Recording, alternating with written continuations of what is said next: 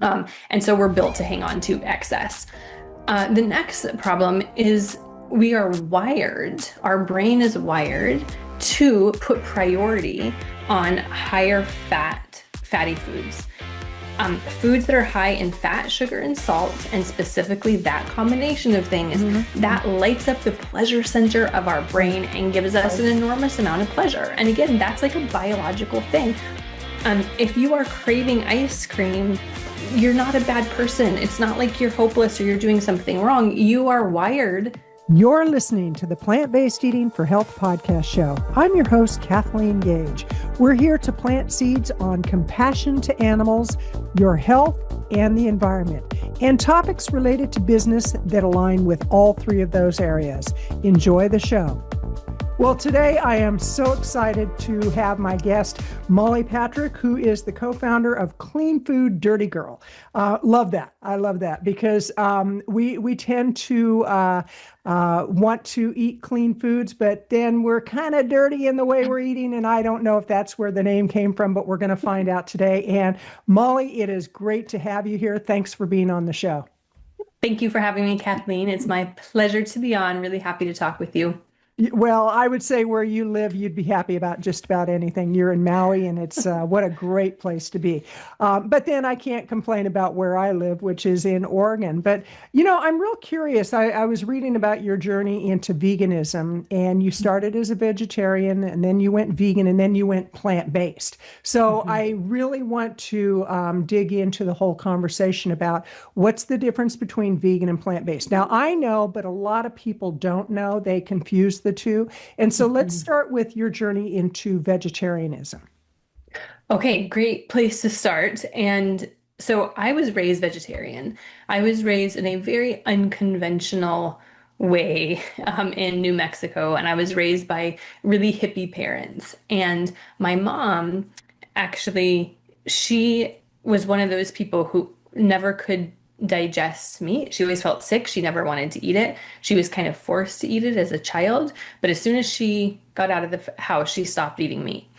And so she raised me to be a vegetarian. So I've never eaten meat in my life. And I always had a bad reaction to milk. So I grew up drinking soy milk and rice milk.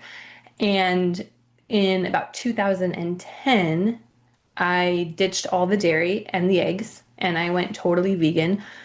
It was super easy for me. I felt great. And then I started learning more about the dairy industry and thought, okay, well, this is a good move. No reason to go back. And then in 2014, I decided to take a look at my kitchen, take a look at my pantry, and take all of the processed ingredients out. And see, okay, well, what recipes can I create with really whole plant foods and really make it like as healthy as possible? So I was just kind of curious what I could do. And I started creating all of these awesome recipes and using ingredients that I wouldn't normally use if I was relying on like vegan cheese or, you know, the more processed vegan stuff. And so that sort of my transition with the three of those ways of eating. I eat, 90% whole food plant-based specifically, and then I give myself like that wiggle room to eat vegan. When I'm traveling, I, have no problem eating at a like vegan fast food place or, incorporating oil sometimes or, more convenience foods. But that's and you brought up a good point. A lot of people, the term vegan and the term plant-based, and then there's the term whole food plant-based. Right. I see a lot of people using the term plant-based sort of as a catch-all, but I think it's easier to differentiate between vegan and whole food plant-based. That's where the real difference lies. Well, I'm glad you said that because I know for me, I went plant-based in 2018. I was 64 at the time, dealing with inflammation. And so I went so rigid. It was like it was not about any wiggle room at all. I tend to be that way. I Yeah. noticed that you don't smoke, you don't drink. Well, I gave up drinking 43 years ago, gave up Yeah. smoking 31 years ago. I mean, so been there, done that. I've been the dirty girl. And now I live a pretty clean life, but I started plant-based and I didn't want to identify as vegan because I thought vegans were crazy. Well, Mm. now as I identify as a vegan, I know that we're kind of crazy, but in a good way. And it was about 6 months into it that I actually realized that I was about the animals more than just the eating. It was about the animals. Well, then I went on this for about 3 years. I was really on the straight and narrow with whole food, plant-based, no oil, no salt, no sugar. And then I gave myself wiggle room by saying I'm vegan and I quit calling myself plant-based. So then I Mhm. started eating the garbage foods. And so I think it's really important for people to understand what the distinction is. And for me at this point in my life, I turned 71 in May, and I look at a lot of people my age, and I got to tell you, most are not healthy. Mhm. And it's getting worse and worse all the time. And I think a lot of it has to do with the fact that we don't really know what's healthy eating and what's unhealthy, what is ultra processed foods, and not just processed, but ultra processed. So, how do you address that with the people you work with? Because I know you've got a great master class. I signed up for it, and it's free. We're going to talk about that. But how do you help people to understand the difference between unhealthy vegan eating, which can be a lot of ultra processed foods, and healthy whole food plant based eating that is also vegan? Yeah. So I think the main thing to understand is the difference between minimally processed food, Hmm. plant-based minimally processed food, and overly processed food. I think that that distinction goes a long way because when we're talking whole food plant-based and we're talking about whole plant foods, it's pretty easy to understand like, yeah, it's fruits, it's vegetables, it's whole grains, it's beans and legumes, it's some nuts and seeds, right? That is pretty straightforward.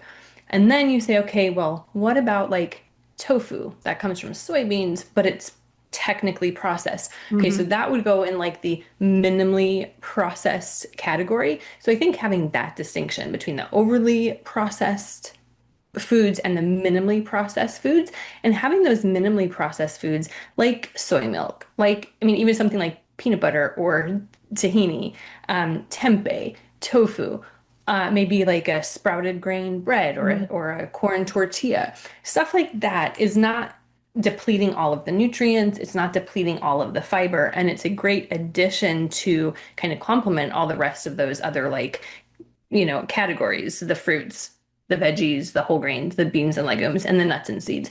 So I think once people understand that difference, it's easier to kind of like focus on those foods and kind of crowd out the rest. Right, right. I have to laugh when I hear that your parents were hippies because when I was 12 years old, my dad drove the whole family to Haight-Ashbury and said, "Girls, that's what you don't want to be like." And I thought, yeah, that's actually what I want to be like because I saw people dancing in the streets and everything. And that's one reason I don't drink and drug anymore because I kind of went to the extreme with that. But it's interesting because I've known people who have lived a very down to earth lifestyle, which could be considered hippie. And actually, it can be a very healthy lifestyle. So the question I have is because in my household, I'm the only vegan. There's two of us. I'm the only vegan. So 50% of the household is not. I really have to work with my frustration at times when my spouse cooks a steak or something and we have an agreement, it gets cooked outside. But how do you help people who are in a household where one person is very committed and ethical vegan and the other person claims to love animals, but they're not necessarily vegan? Yeah. So I think it's such a personal thing and it really depends on the person, right? I Hmm. have met friends in my life who started out, an omnivore with their partner, and then one of them went this way, the other one stayed this way. And I've known people who have left relationships because of that, because the one person isn't wanting to change, and the other person isn't Right, willing to right. be in a household like that. And that's like such a personal choice. So there's some people who can live with that, and there's some people who can't. I think it's really important, whatever your figuring out your own boundaries with it and then stating those boundaries. And I think a lot of people think boundaries, and I used to be confused about boundaries and think they were sort of like, okay, don't do this or else, like if you do Right, right, this, right, then it's on that person. But boundaries are actually there to have what you need, right? And to right, keep yourself safe and protected. So a boundary would be like, okay, like when this happens, this is what I'm choosing to do. right. And so I think just getting clarity on what you feel comfortable with in your house and just taking an honest look at that. True. And how long you've been with your partner, your spouse, your significant other, because we've been Yeah. together 36 years. So it's like, Yeah. there's certain things that you make adjustments for, but we have Yeah. certain rules, and they're rules of the relationship. And one is to respect each other's personal choices Hmm. around food and around but it's interesting because one rule we have is no alcohol, because Uh-huh. both of us are in recovery, and that would be a problem. That we know Right. would be a huge problem. But so in the work that you do, you coach primarily women, as far as I know. Tell me about your coaching program, how you work with people. And I know you've got a fantastic program. It's a membership program where people get menus, and you've got like 5,000 menus of easy to make plant-based meals. So let's talk about that. Yeah. Yeah. So I've actually, so my ex and I started this business 10 years ago, going on Mhm, 11 years now. mhm. And I knew that I wanted to help people eat more plants. And that was always my thing. And she had a bit of a tech background. And so we kind of merged our skills and we created this community, this business, the programs that we have. And we started out by doing meal plans. So I had tried a lot of things in the business and with helping people eat plants. Not all of them worked. Like there were some that just totally flopped. And so I kept trying and tweaking and trying and tweaking. And eventually I got to the point where people kept asking me, how do you eat? What do and I would talk about batch cooking. I'd say, hey, I batch cook on the weekends. And that way I have food that's, really easy just to heat up during the week. So it's time management. It's a time management tool Mhm, for me. mhm. And so people were wondering, like, well, what do you cook? And I'm like, okay, well, I can just jot down what I'm doing and I can send you the PDF, right? Because it was so easy for me to do because I was already doing it. And it turned out that that is really what people wanted. And so that became really popular. And we created a membership around that. So we launched that in 2016. So we have in our portal that we worked with developers to code and to build for us specifically. We have over 5,000 whole food plant-based recipes and almost 600 whole food plant-based meal plans. And so it's this just amazing resource for people. And so we still have that membership going, and that's really how we monetize. That's how we really built our community. That's how we got people really excited to eat plant-based. And so that is still going strong. And then I noticed throughout the years that there would be people who were eating whole food plant-based, but they couldn't seem to get to the weight where they really wanted to be. Right. And they had some excess weight and they couldn't figure it out because they were already eating whole food plant-based. Like they had taken the processed stuff out and they were already doing kind of the best that they thought they could. And so I started paying attention to that and noticing that and reading about that. And I was certified as a life coach in 2021. And I saw that there was like this opportunity where I could kind of take my coaching background and my Mhm. food knowledge and kind of meld them into a program for people who, wanted to release weight, who were having trouble. And I thought, well, if I can help the people who are already eating whole food plant-based, then I know that like it can help anybody, right?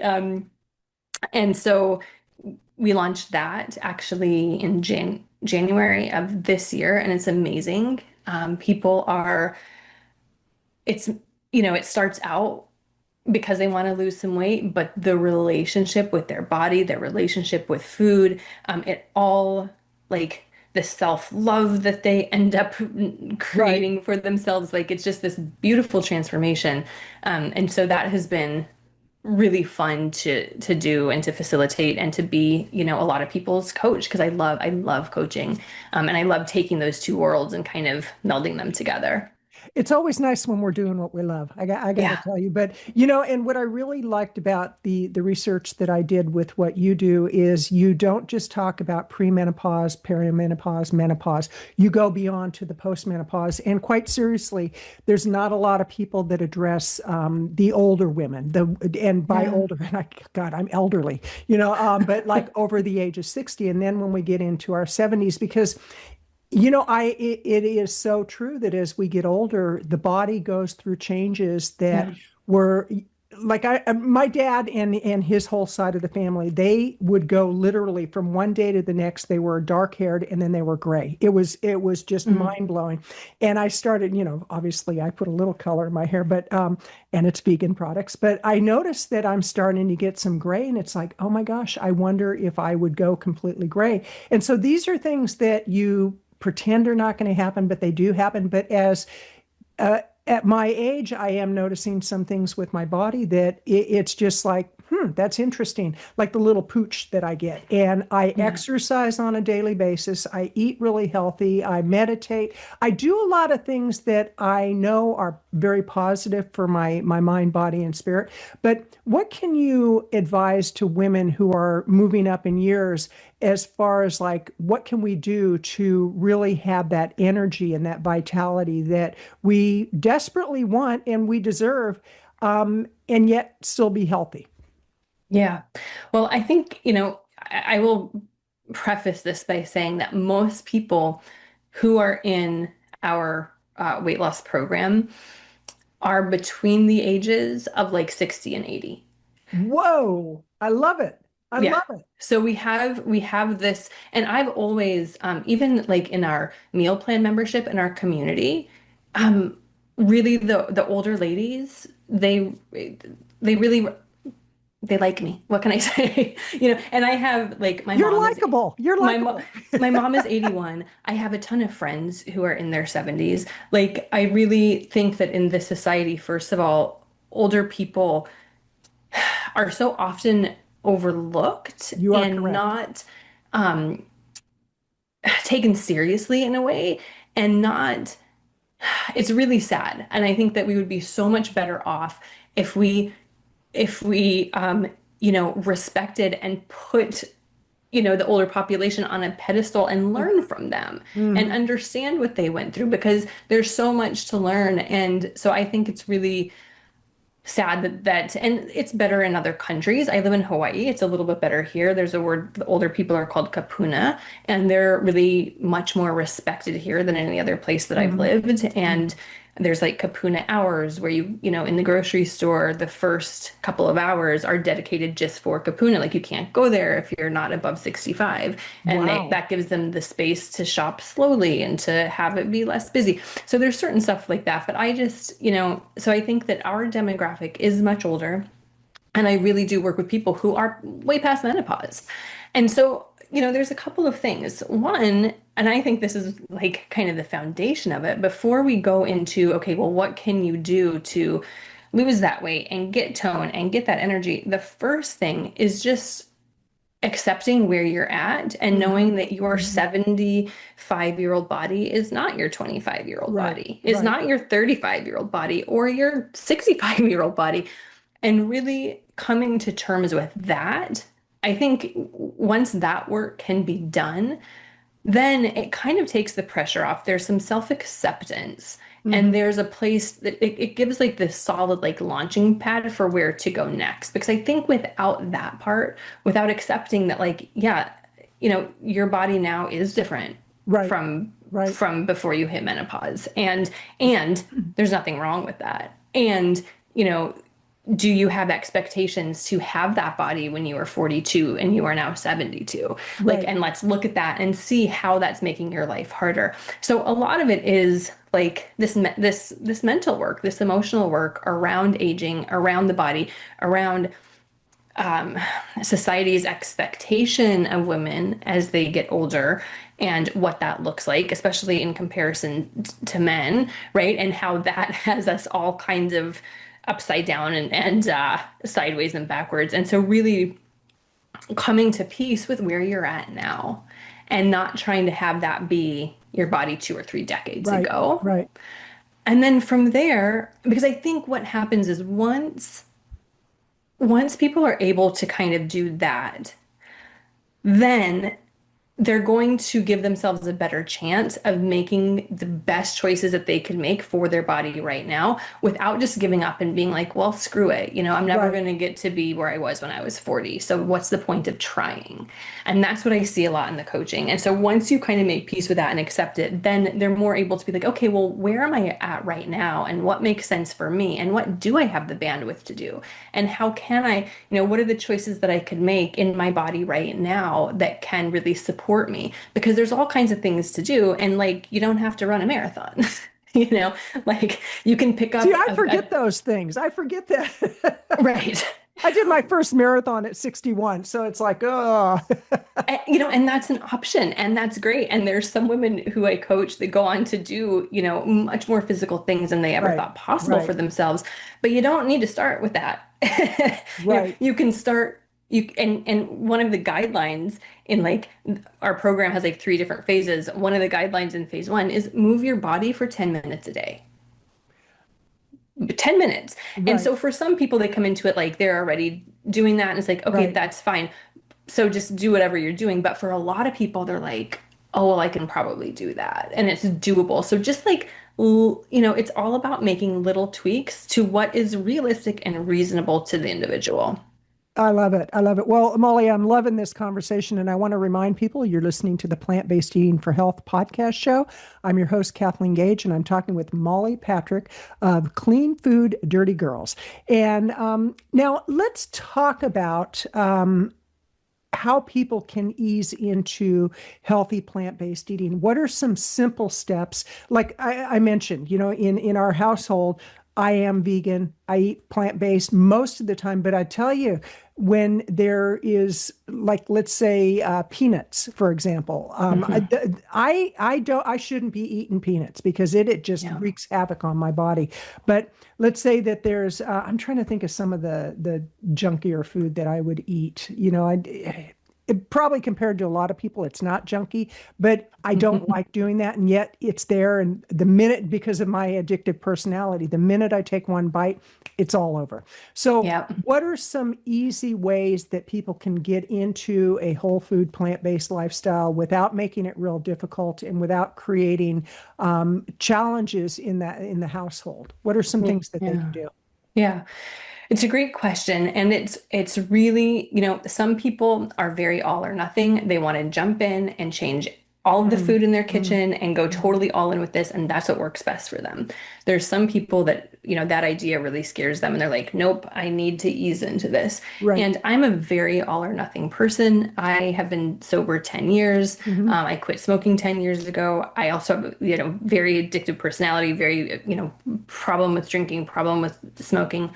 So Yeah. I can appreciate the all or nothing struggle. So Right. I Right. think so there's a couple of things. Like one, I would say identify the things that are going to be a big trigger for you.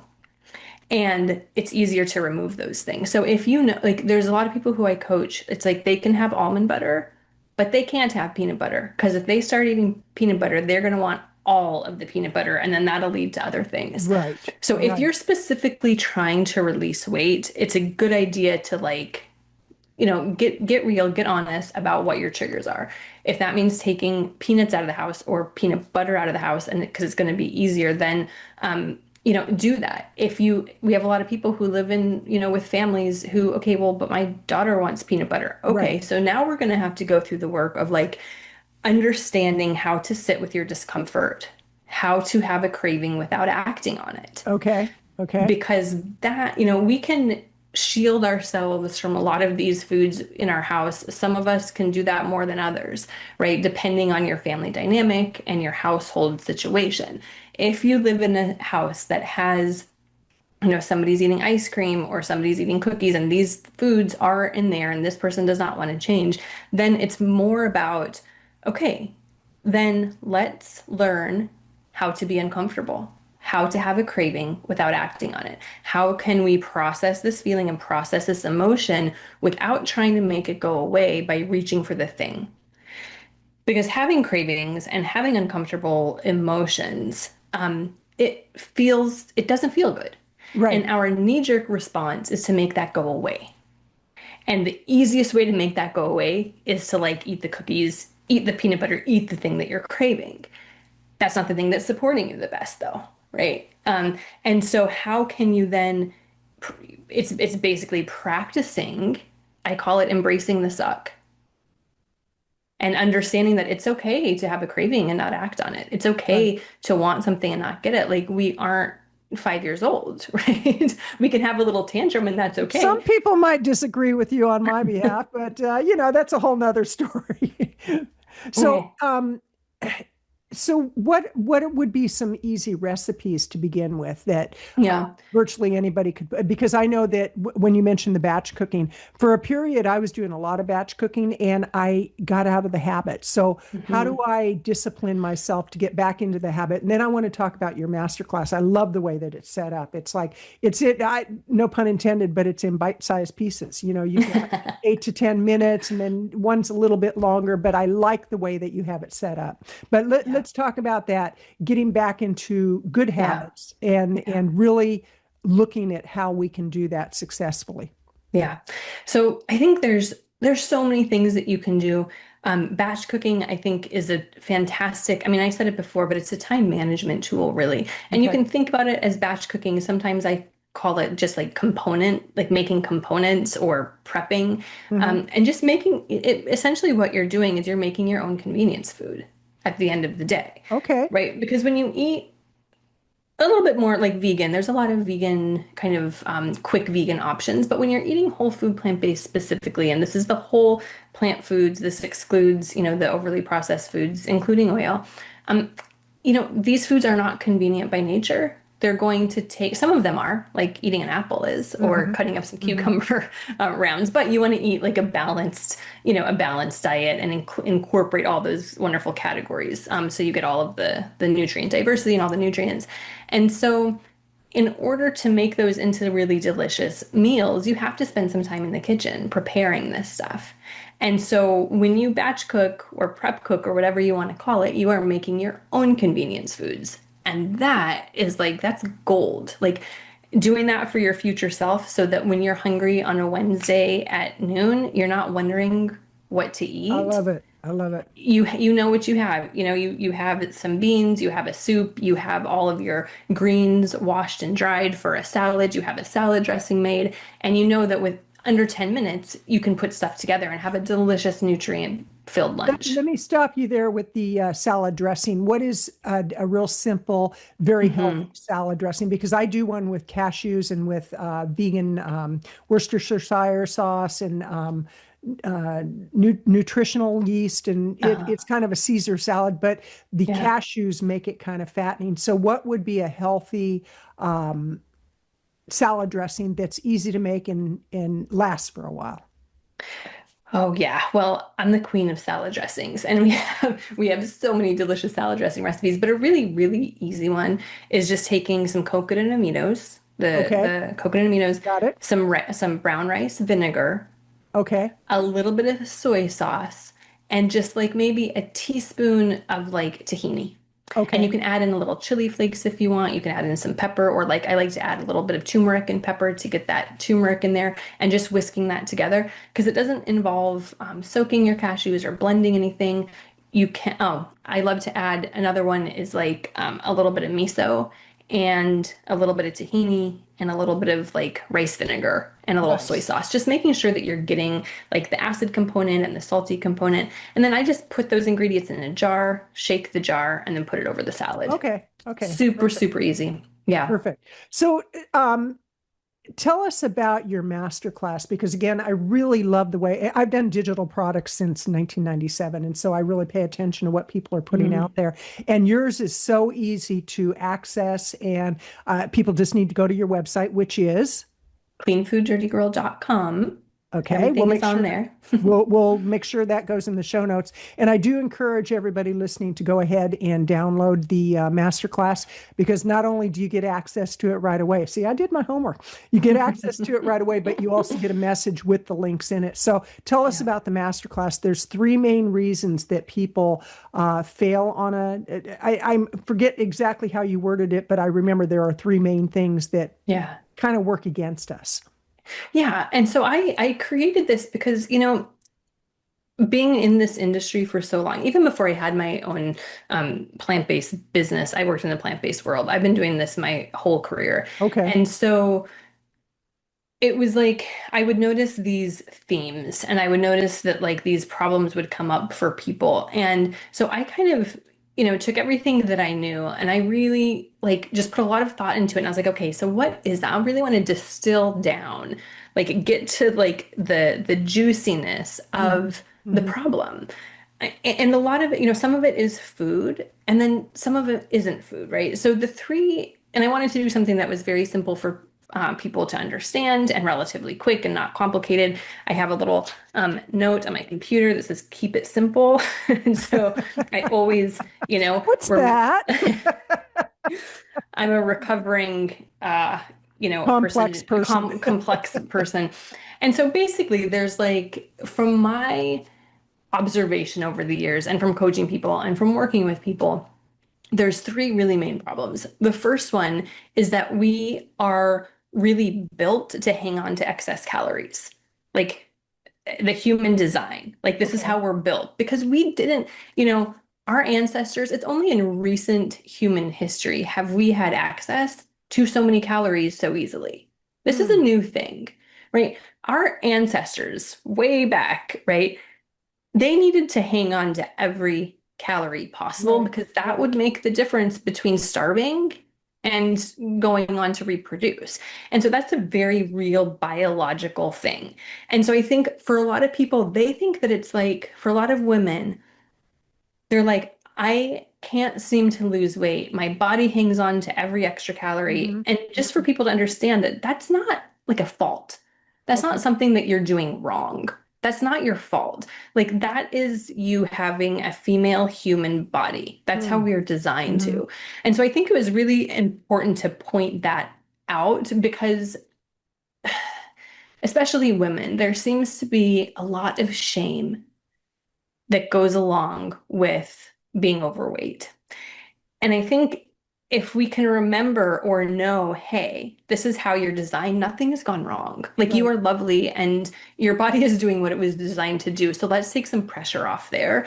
That could kind of open them up to, okay, I'm listening, right? And so that was kind of the first, it's not a problem, but this is the first kind of challenge that we have because we live in this world now where, we're not picking berries for our Right. food, right? Right. We are having stuff delivered to our front door. And so we're built to hang on to excess. The next problem is we are wired, our brain is wired to put priority on higher fatty foods. Foods that are high in fat, sugar, and salt, and specifically that combination of things, Hmm. Hmm. that lights up the pleasure center of our Right. brain and gives us Right. an enormous amount of pleasure. And again, that's like a biological thing. If you are craving ice cream, you're not a bad person. It's not like you're hopeless or you're doing something wrong. You are wired to put a priority on those types of high, Hmm. very Hmm. calorie dense foods. And so again, nothing has gone wrong, but just understanding your biology is very helpful in like, okay, well, now what can I do about it once you Right. understand that? Um, and so the next thing is that we aren't taught how to sit with uncomfortable feelings. Huh. We're not taught how to process an emotion in a way that is healthy and supporting our health and our life. We're not given those tools. Like I was never given them. And I grew up in a Right. pretty cool household with some pretty groovy parents who were Sounds tapped like into it. some cool Yeah. things. Yeah. Um, but my parents didn't know how to do that, right? And I didn't learn that in school. But when you can learn to sit with boredom, sit with stress, sit with any kind of discomfort, it's going to allow you to process those feelings instead of eating those feelings. You, it's interesting because on number two, the salt, sugar, and fat, there's actually a great book out called Salt, Sugar, Fat, and I think it's Yeah. by Michael Moore, I think his name Mhm. is. Anyway, um, apparently the food manufacturers have scientists that create the exact formula that gets that bliss point going. And so that works against us. And the more processed food, it's just like drugs and alcohol. You and I are both in recovery. And Yeah. so we know that first drink, maybe we're not going to fall off the wagon completely, but that first drink is the drink that will take us on the whatever kind of drinker you were. I know I was a blackout drinker, a fall down drunk, all that. Yeah. And, I look at my life today, well, it means not taking that first drink. And unfortunately, the food manufacturers are working against us. And then in number three, sitting with boredom, the way that now with the internet, AI, and all the things that are going on, we get those dopamine fixes all the time. As I was starting this conversation, I saw my phone light up like, oh, I got a call coming in and I had to turn it over Mhm. because I'm not gonna give in to that. But the fact is that we have so much working against us. That's why Yeah. to have the support of a coach like you is amazing, and that you work with older women. I think that's, that one I have to say, kudos to you, because Mhm. oftentimes, like you said, the older we get, the more we're forgotten. And I Yeah. don't know if you know Linda Middlesworth. She's like 83. She's been vegan for 45 years. She's actually the co-founder of VDog Dog Food. Yes. And Yes. I know okay, her yeah. son. Yeah. Okay. I Oh, know her son. Dennis, is it? What? Dennis. Yeah. Yes. And, it's just incredible because this woman is amazing, and Yeah. she will not let people forget her. So I love what you're doing. So tell me with the people that are interested in working with you, what can they Yeah. expect in going through the coaching program with you? Do you have an onboarding process? Mm.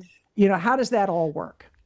Yeah. So, and I just want to say there's another really interesting book called The Pleasure Trap by Yes, Dr. yes, Doug Lisle that also yes, really hits on yes. that, which is really just when I read that, I was like, oh, it all makes sense. Like so much of this stuff makes sense now.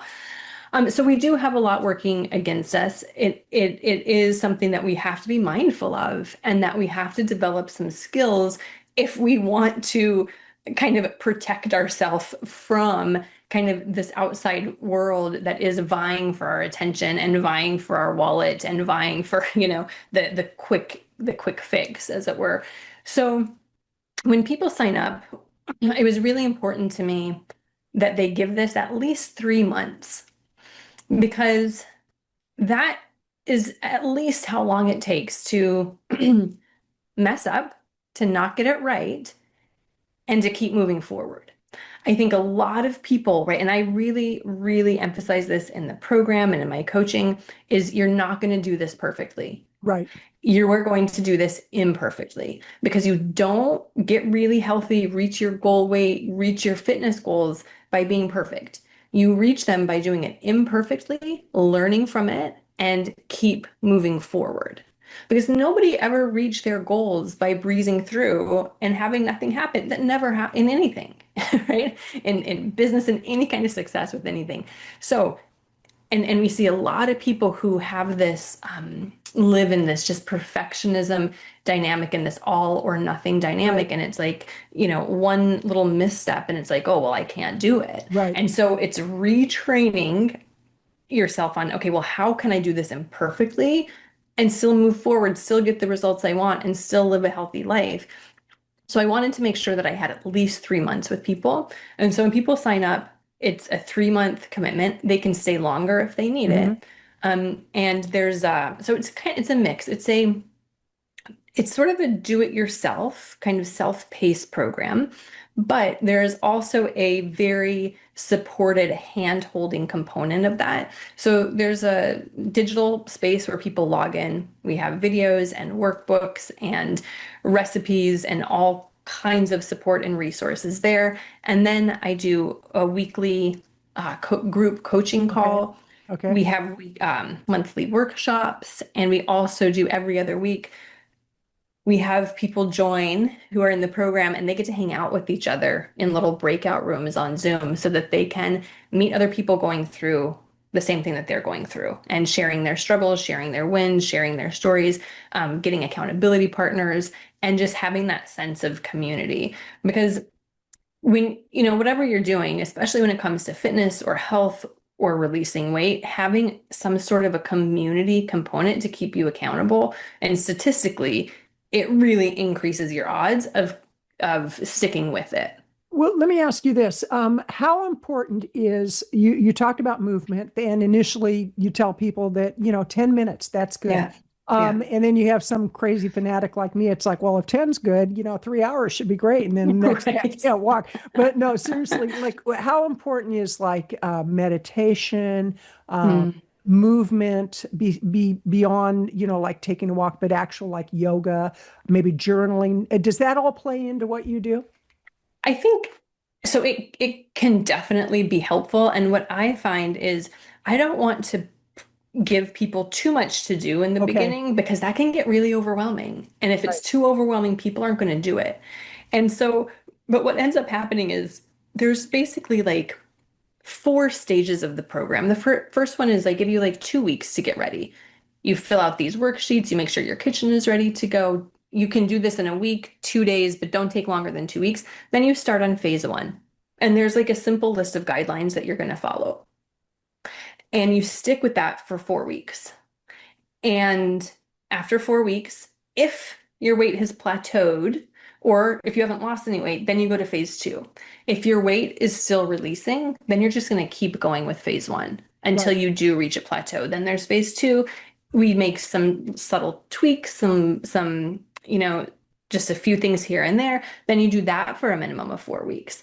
If and when your weight plateaus, then you go on to the third phase that has a different set of guidelines. The guidelines, I'm not giving people too many.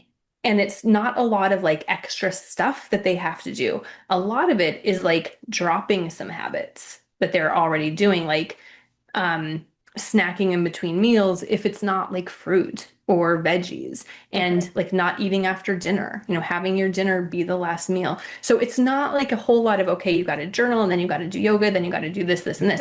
But what happens is that Don't do as like Kathleen does. don't do a million things, wonder why you can't get it all done, and then give up, right? This is what we want to avoid. Not to say that you do Right, that, but right. you get it. But what ends up happening is that as people are going through this program, they're getting more time because they're using batch cooking Right. as a time management tool. They are getting, I tell people this is all about putting on a detective hat and learning about your body. Because this is by no means a one size fits all thing. Right, right. What works for your body is going to be slightly different than what works for this person's Right. body. That's why there's flexibility within this. And that's why there's a coaching component so that I could work with you and hear like, okay, this is your challenge. Your challenge is going to be different than this person's challenge. Let's figure this out together. Um, and so really putting on that detective hat and paying attention, noticing your body, noticing how you're feeling, right? And through this process, people get very much more in tune with their body. They get more in tune with themselves. And what ends up happening is people do start journaling. They do Right, start right. expanding on their movement and incorporating things like yoga. They do start hanging out with people who maybe are more similar to them in ways that feels like better than having a group of friends who are doing things that aren't all what you're doing anymore. So Right. it's kind of like it leads into this very healthy lifestyle. And once it's your lifestyle, then it's not a diet that you go on and off and on and off. It's like Right, this is your right. life, and no, it doesn't have to be perfect. What matters most is what you're doing the majority of the time. And what matters most is when you're doing something that's not supporting you, how you move forward with that, and learning that this can just be your life. Because once that happens, it's like you don't have to lose weight again. You because know, I you're love that you there. said that. I love that you said that because it becomes your identity. And I Yeah. know myself as a non-smoker. I don't say I'm an ex-smoker. I'm a non-smoker. I'm Hmm. a non-drinker. That is my who I am. That's my identity, and I don't play around with that. And I love the fact that you talked about that it becomes just a part of your life. And Yeah. what about people feeling, well, women especially? I know that many have lost kind of the passion in life in their relationships and everything. Does healthy eating help them to bring that back? It's funny that the healing balm of healthy eating and nourishing your body and doing something for yourself, like I can't say enough about that. I had coached this woman, it was a couple months back, and she had really one of the things that her and her partner really connected on was food and Mhm. was drinking and was eating out.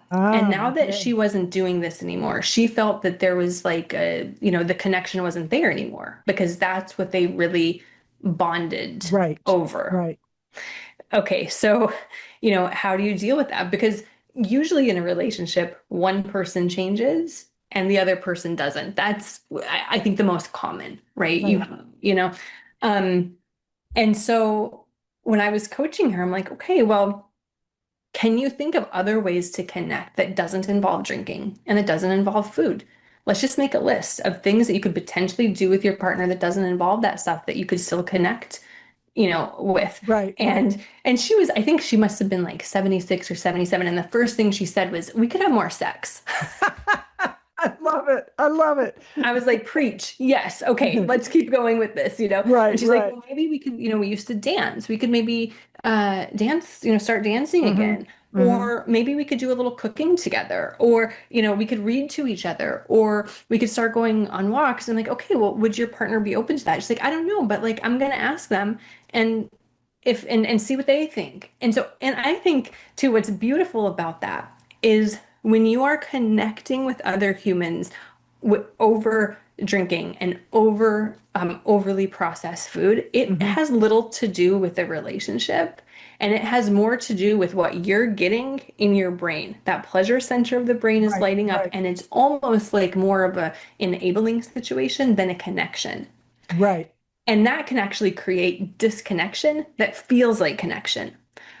But when you are connecting with your partner, let's say over like sex, for instance, or, Mhm. taking a wonderful walk or reading a book together, that is much more intimate because it's something that's happening kind of together and not off in your own little like dopamine, induced Right. worlds. Right. Well, let me ask you this on the cooking, because I know with my wife and I, when I do the cooking, she'll eat plant-based because Hmm. I don't shop for meat, I don't shop for cheese, I don't shop for any dairy.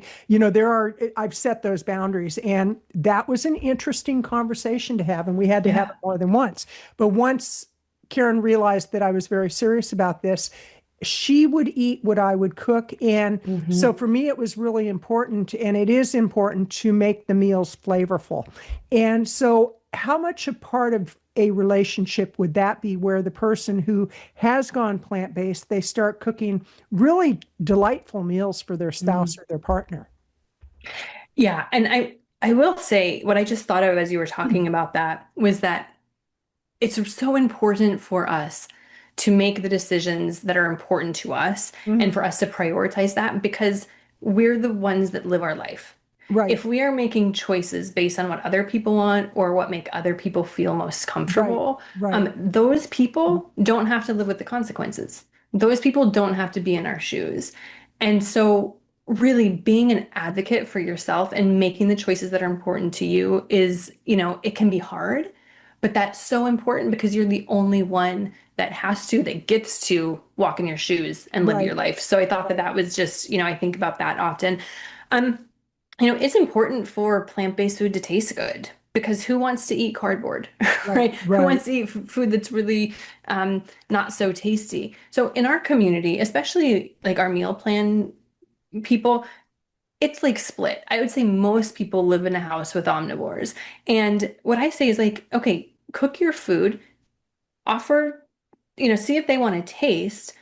Um, don't make it a big deal. And you know what happens is like 8 times out of 10, they're like, oh, can I have more of that? Right. Right, And just right, being open to sharing and to like doing, doing this. And what I tell people to do is like one option is saying, hey, I'm cooking whole food plant-based, and if you have the bandwidth, if I have the bandwidth, I can cook for you. And if you want anything else, that's kind of on you, you right, know. And some people will shop for things that their family gives them a list for, and some people won't. And if you right. have a spouse or a partner or kids who are old enough to go to the grocery store, they can go do that. Like it's Absolutely. not the end of the world. But be open to just instead of pushing it on people, just be open to sharing and just see what they think. Because in our community, like one thing that we put a big emphasis on is the taste of the food and the texture of the food and Absolutely. making sure that it's like something that you're excited about eating. And so many people's family is now eating our food who don't consider themselves to be plant-based. They just like how it tastes. Right, right. Well, what I love is I can tell when a meal is good because the plate is empty and it's like, oh, okay, that one, that's a keeper. Write a Right. note on that. Because, it's interesting. I observe those types of things too. It's like, okay, how much of the meal was eaten? How fast was it eaten? Was it enjoyed? And so I make a note of that so that I put that in my little repertoire of what I can cook. And, Yeah. and I do most of the cooking because I work out of the home and then Karen's a park ranger. So when she comes home from Uh, she's worked really hard. So I want to make sure she has a nice hearty meal. And so, it's a balancing act, but, we've worked through a lot of those issues. But mm. another really good book that I would encourage people to get is Ultra Processed People. I don't know if you've read that or not. Have I you? haven't. Mm-mm. Okay, that one is well worth reading. And the author of it, he's a scientist and a doctor and Mm. very well researched, but it really talks about what ultra processed foods have done to us. But I have to say I've really enjoyed this conversation. And again, tell people how they can find you.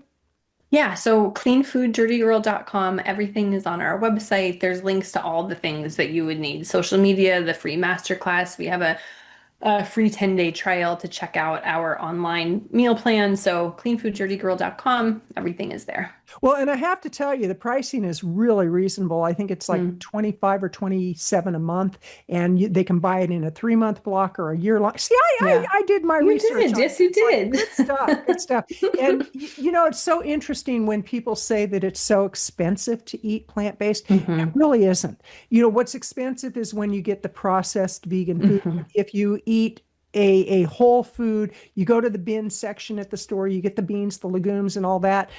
You can actually eat for a lot less than what you were eating as a carnivore. So, with that in mind, in closing, what are your final thoughts for people?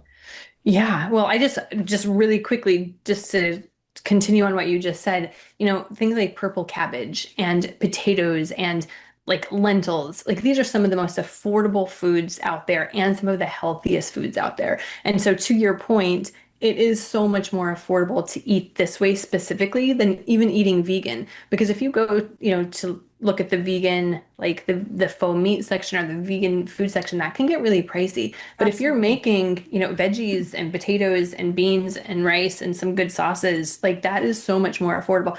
I just went on a big road trip with my partner, to all around Oregon, actually, and we did a Really? big loop Okay.